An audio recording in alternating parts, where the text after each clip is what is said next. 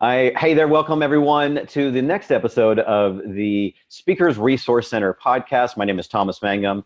Man, it is my pleasure to have my guest today. She is a certified Dale Carnegie training trainer. I'm so excited to have her, professional paid speaker here for you guys to learn from. Today's topic that she will be sharing with us is 3 easy tools to skyrocket your speaking confidence. 3 easy tools to skyrocket your speaking confidence. Please welcome Denisse Ypina-Favela. Hi Hi, Denise. everyone. Hello, Thomas. Thank you for having me. I'm so glad that you're here. You know, for those that are watching that have not met you, I know you typically base in San Diego, but you probably train all over the world, like a lot of us that are speakers. If for people that haven't met you, could you kind of bring us up to speed and tell us a little bit about your journey from kind of coming up in the speaker communication world? Absolutely. And again, thank you so much, Thomas, for having me here today. I do appreciate the spot. And again, my name is Denisse Ypina-Favela, and I am a Dale Carnegie certified trainer. And what took me there was I was actually a client of Dale Carnegie. I joined their sales training course because I really needed some help with, reaching my quota at this other job I had. So I went and graduated from their sales training, and then I met the owner, and she said, hey, I think you would make a good salesperson and perhaps a trainer here down the road.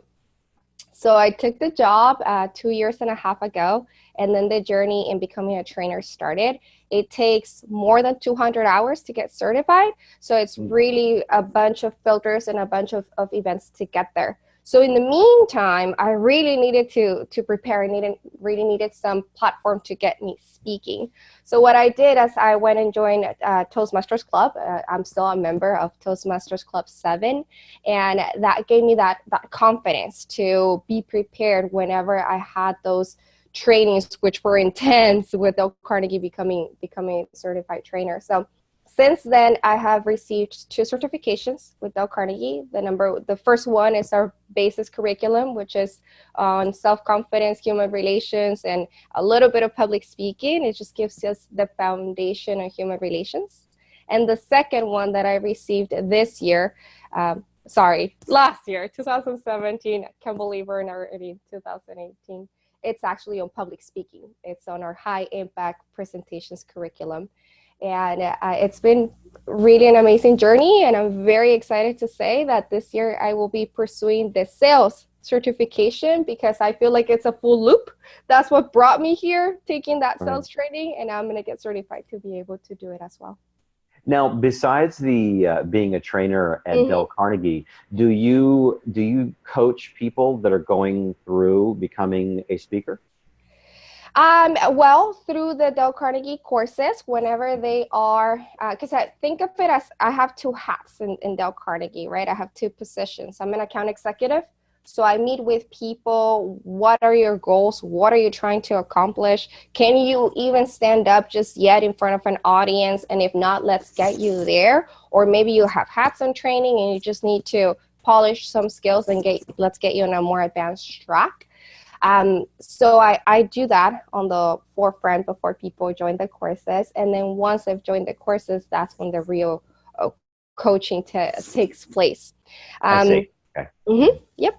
Yeah. So clearly, what you must have learned a few things about being more confident as one a or speaker, two. because One or two. yeah, I mean, I just think back to my journey and anyone that I've had the pleasure of mentoring. Yeah. And you've probably seen this as well. It's like confidence is attractive. Confidence is, that's the key right there. It's confidence. It's not even always being smooth, is it? It's not always, yes, saying the right words, using the stage right. Yeah, that's true. That's helpful. But confidence is just downright sexy. It's attractive. It's captivating, Love how you describe it, Tom. Absolutely. I cannot agree more. And one of the things that I wish I had seen earlier in this whole process is that I was lacking confidence. And I thought I was confident. That was never, I don't ever think that I had thought of that being an issue. You know what I mean? I thought I'm smart. I've always been top of my class. I've always done well in my jobs, always had good jobs. So I just thought automatically I was confident. If somebody had asked me, I never sat and said, well, I think I'm confident, you know? Right. And then when I started really going through public speaking training and becoming a trainer, gosh, that always came up. You know, Denise, you lack confidence. From your feedback, from Yeah. how people experienced you. Yes. Mhm. What the trainers told me that I needed confidence, and I just didn't understand it. So it really took a lot of strength to not give up and just continue taking the stage. And what I would say is practice. Practice is what gives you confidence. I read on an article a few months ago, and it really stuck with me, that confidence is like a muscle. And that is good news, because that means just like any other muscle, we go to the gym, we work it out, it becomes stronger. And how do you work it out? Well, you put yourself in that uncomfortable situation over and over and over again, and you take the coaching. Is that one of the tools that you teach people in your talks? I do. Is practice a big one? Yes, practice is a big one. One of the things that we do also, as far as the feedback, we always focus on the positive, because there's a lot of positive psychology research that says that when we are able to focus on our strengths, it's way easier and faster to get better at something versus, giving you all the negative. And that is really a mental switch. It's a mindset switch that a lot of people come to our trainings and they just want the negative. So tell me, what am I doing wrong? Right. And it really takes that mental shift of, that's not what we're here to do. We want you to come back. So we want to encourage you and let you know 1 or 2 things you can work on at a time. But first, we're going to give you all of the 10 things you're doing correctly. So what I'm hearing is practice a lot. Get up there and practice a lot. And correct me if I missed some of this, okay? Yeah, of course. But get up there, practice a lot, and be willing to get straightforward feedback. Be willing to get the feedback. And on the other side, what I'm hearing is give feedback. Tell people what they're working. So it's 2 sides here. Yeah. It's like, be able to receive feedback, because how are you going to get better, right? You can get up there and talk all day. Yeah. But somebody's not going to give you feedback about what you're doing well and perhaps something they'd like to see done differently. Then what's the point? You're just going to keep reinforcing the same old stuff. And then this other side, what I'm hearing is give good feedback. Does that sound right? Yeah, that sounds accurate. One of the things at Dale Carnegie that we say a lot is that most people think practice makes permanent. I'm sorry, that practice makes perfect. Yeah, so what we say is that practice makes permanent. Perfect practice makes perfect, right? So you really need someone that you trust, that you are looking up to as a speaker, who will give you that feedback. Now, at Dale Carnegie, we automatically are building our credibility as trainers. When people come in front of the room, you see a polished speaker who you aspire to be as them. So when they give you feedback, number one, there's that trust, because they're starting with the positive, the good things you're doing, so you can trust that person. And number 2, you already see that they're doing a good job, so you might as well take their advice. So anywhere you're practicing as a speaker, if you're trying to get better, you're looking for feedback, try to look for feedback from a person that you've seen speak and that you respect as a speaker, so that you can take their That's good. So my question is, this is just something I've experienced personally, and I've seen just other folks out there I've experienced it. Some of us get at some point in our career or our journey, we just take it really personally. And it's like, man, I just felt like that feedback hurt. But on the other side, I realized, Denise, is that no one's really being a jerk. They really mean the best for me, and they're doing their best to give me feedback that helps me grow. And I invited it, but sometimes it stings. So how would you coach me and really guide me in being able to receive the feedback in a very healthy way? Yeah, absolutely. So one of the things, Thomas, again, it's a mindset shift. Absolutely. And it's just not taking it personal. It's difficult because it is me who's presenting. But it is personal. Right? It is personal. It's about me. I am the person presenting. So it really is making sure that we take things just for what they are, and that we take what's going to serve us. One of the things that we say a lot at Dale Carnegie is just try it. I don't know. I'm not an expert who has been doing this for 25 years. Just try it. I don't know if it's going to work. It's kind of like when I go to the store, I may try many garments and I take a couple home. So just try it and see how it works. From the person who's giving the feedback, what I would recommend, it's always putting yourself in the shoes of the person you're giving the feedback to. That's very, very important, because there's also body language and how we say things. Oh, that was great, right? Versus, yay, that was great. So making sure that we're congruent when we're giving the feedback, and be specific. What was great about it? So when you smiled, you really connected with the audience. Keep doing that. Right. So just from both ends, the person who's giving the feedback, making sure that they're empathetic, because we're going to get up there too at one point or another. And from the person receiving it, just trying to know that you chose perhaps to be in that organization, in that training, in that platform to receive that feedback. So you got to trust the instinct of the person who's giving it to you. Okay, great. So get a lot of practice. So I guess some of the tools, and just in case we added more tools here, let me know. Yeah, of course. I know your talk, and one of the ones that you give out there is the 3 easy tools. So the first, definitely get up there and practice. Be willing to practice. Give it a try. That's what I'm hearing. Yep. Be willing to get feedback and focus in on the not positive feedback, except as much as, hey, here's what's working. Magnify that. Use that. Yeah. Magnify that. That's the keeper. Yeah. Okay. Cool.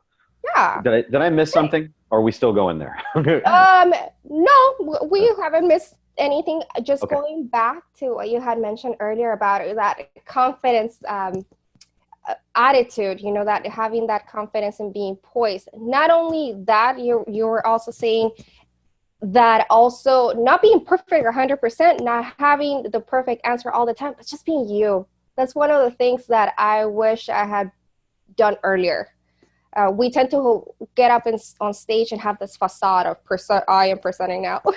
True. Very true. I'm looking in the mirror on that one. You're talking to me. and me too, right? I'm still working. It's one of the things I'm still working, but just being real and being natural, it connects better with the audience versus, just I'm up here and yours, the audience, are down here. That can be annoying. Yeah. And it can break the trust with the audience too. Yeah.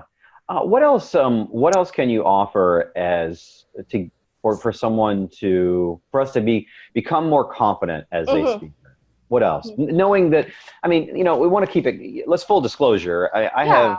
I meet very few people that are 100% comfortable. As comfortable as being in their bed when they're on stage. And this is coming from, I'm in front of audiences every single week. I don't know, I do about 80 engagements a year, and I'm confident and I'm comfortable to a degree, but I'm never incredibly relaxed and comfortable. You're human. I'm confident. You're alive. Yeah, that's the way I figure it is. Yeah. It's part of my perfectionist nature. I'm confident. I'm absolutely confident, but I'm not always comfortable. Yeah. So I like that you're differentiating between the two, or maybe I'm putting words in your mouth.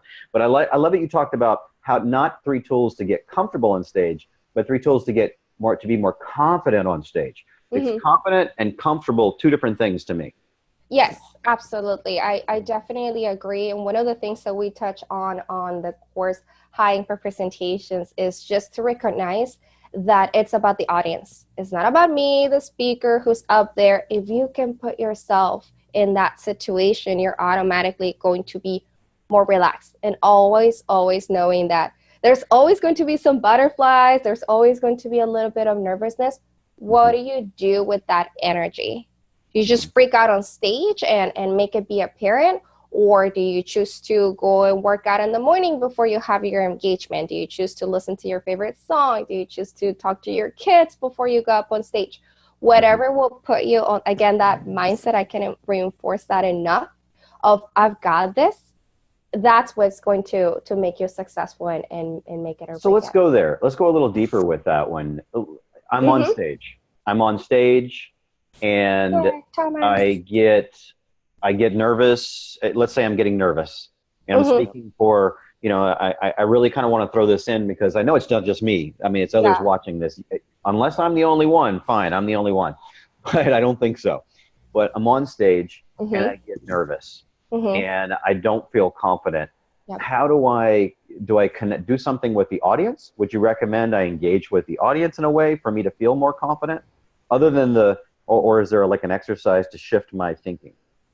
A couple of things. One of the first things that I would recommend for every single speaking engagement you'll do, and it doesn't even have to be for a big group. It can be something as small as a one-on-one, an interview, whatever it'll be. Write yourself a vision.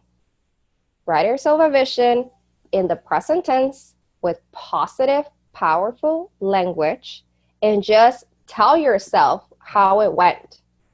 Because once you get to that engagement, to that commitment, to that public speaking event or whatever you're doing, you already did it in your mind once. So that'll automatically change how you feel about it. Another thing that you can do, okay, you did all that, you prepare yourself, you know your content, but then you get up on stage and you freak out, right? What do you do? Yes, that right there. Breathe, man. Just take a pause and breathe. Get some oxygen up in the brain. What that does is, and number one, a pause feels way longer for the speaker, as you know, Thomas, than for the audience. So Definitely. It's okay if you take 5 seconds to come back to us. I'd rather you take your time as the audience that I'm waiting to listen. Take some time to calm down and say something smarter than fumble your way through it because you just want to get on with it, right? Good point. Yeah. So I can't emphasize enough to just breathe and take a pause. Awesome. Did we cover the 3 tools that you usually talk about? Loosely, yep. Okay. Hey, fair enough. I want to remind everyone right now, if Denise is resonating with you and you want to get in touch, we'll have Denise's contact information either above or below this video when it's posted. It'll be posted around this video. And please, I encourage you to contact her. You can, of course, find her in San Diego at perhaps a local Toastmasters club, or you can find her over at Dale Carnegie.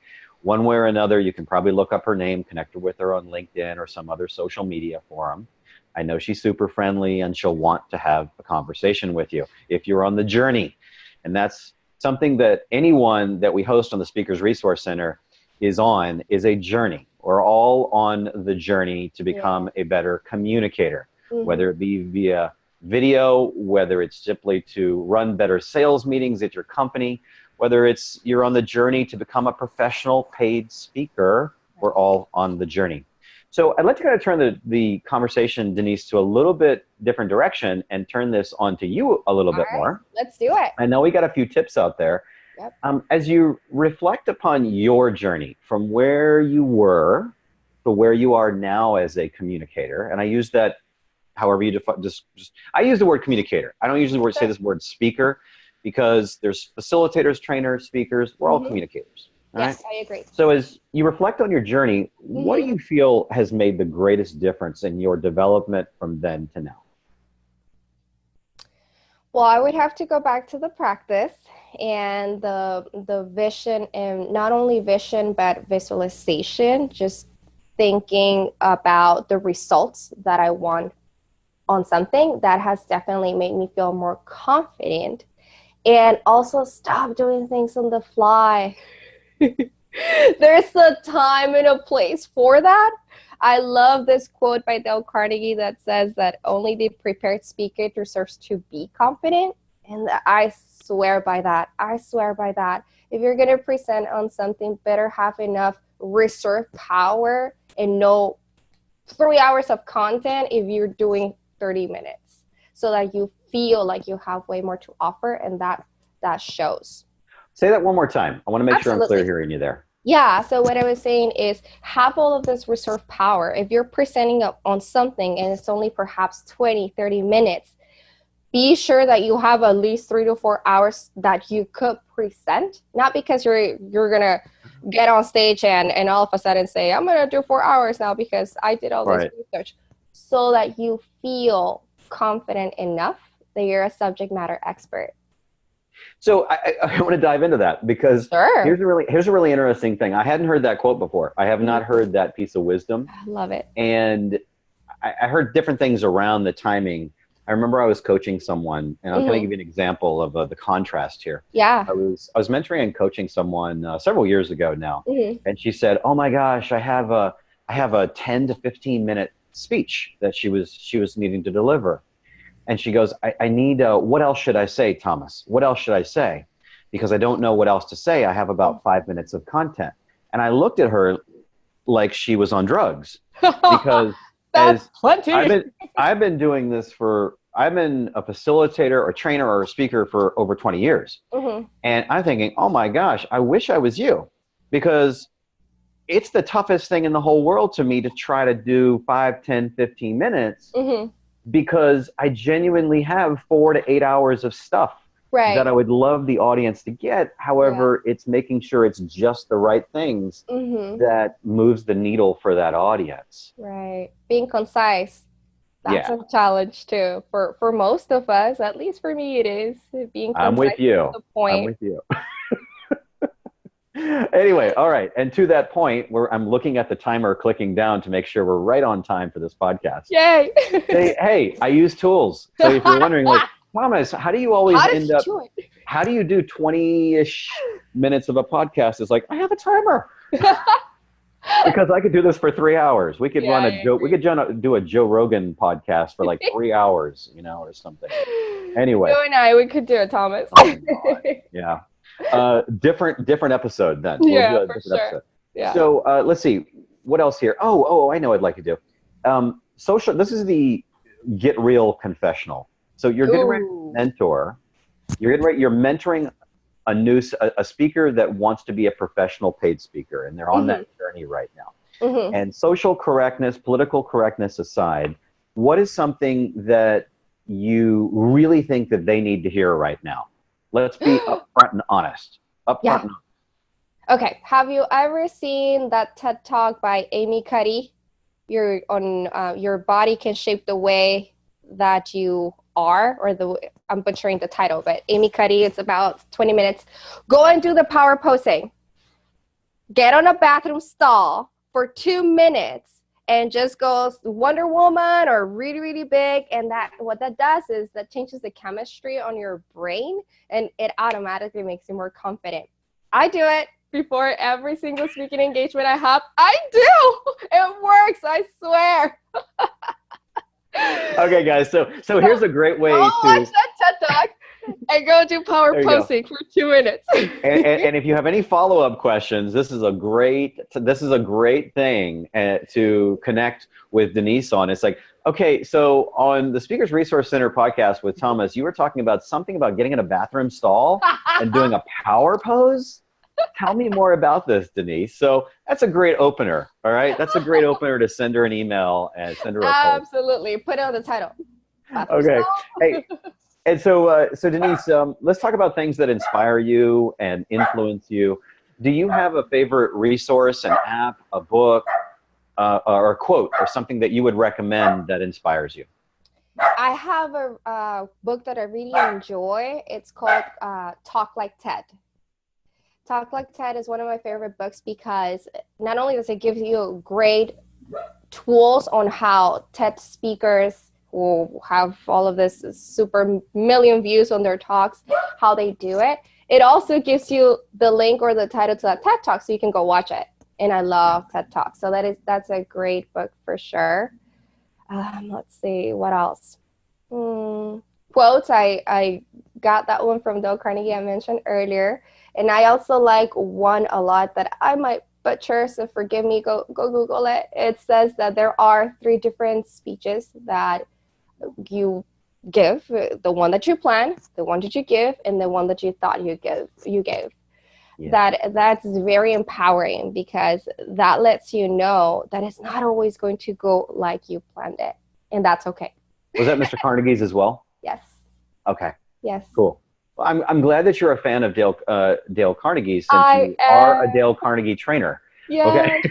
Yes. Good news. We Good gotta news. walk the talk for sure. I love it. I love it. How about people? I'm going to wrap up with this: is Sure. who in the public eye do you look to as an influence, a model for how you live your life, or how you're out there speaking or speaking up? Who are those that you look up to in the public that maybe you'd like listeners to hear that they might want to check out? There aren't many in the public arena because I don't follow a lot of news. I don't follow a lot of pop culture. I just don't enjoy it. There's a lot of people in my life, from the Carnegie Trainers to people in Toastmasters groups that I still go to.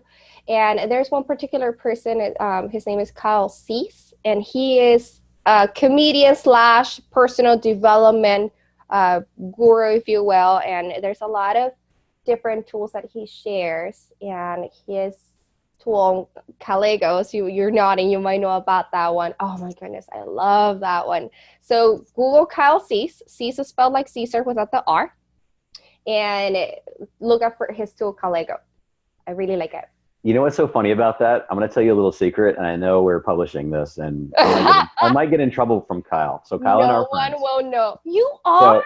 So, yeah. So here's a funny thing. Here's a funny thing. It was like 4 or 5 years ago, and before he kind of like got to the big stage and all of that. I mean, he was a comedian. He was always been a comedian. Yeah. But we were collating after an event, and I was recording this little clip. I'm like, go, just go. Yes. And I got this little clip, and I don't think he knows. He knew I was recording, but I just sent him a note recently and says, "Hey, I just found this old clip I had of us on break at this workshop of ukulele." So anyway, but here's the point. I don't want to take this totally away from Kyle Cease. Definitely a phenomenal human being to be connected to. Yeah. So I just think it's really interesting you just mentioned him, Kyle Cease. Yeah, he's and he's funny. He's so funny too. He is. So funny. Yeah. He makes learning so relatable. Totally. Yeah. Totally. Well, good. Well, everyone, listen. So this, my guest today was Denisse Ypina-Favela, and she's Dale Carnegie trainer, an amazing human being. If what you've heard resonates with you, please get in touch with Denisse and just connect in some way. We're going to have her connection information around this particular video, or if you are listening on the audio podcast. And let's see, thank you so much, Denisse, for investing your time, bringing your wisdom, bringing your love to the Speakers Resource Center, and all of the folks that are watching right now. I really appreciate that. Thank you so much, Thomas. It's been fun. Thank you so much. I hope to see you soon, and thank you for the laughs. This was awesome. So I appreciate your time a lot, and hey, come back anytime. We're gonna have you come back. We're just gonna have you come back, and all you have to say is like, hey, Thomas, I want to talk about this particular topic. Can we do a quick video chat? It might benefit those that are watching. So I like givers. We like givers. Perfect. Yeah, and I love to give, so let's do it. Thank you so much, Thomas. Have a beautiful day, everyone. We'll see you soon. Bye-bye.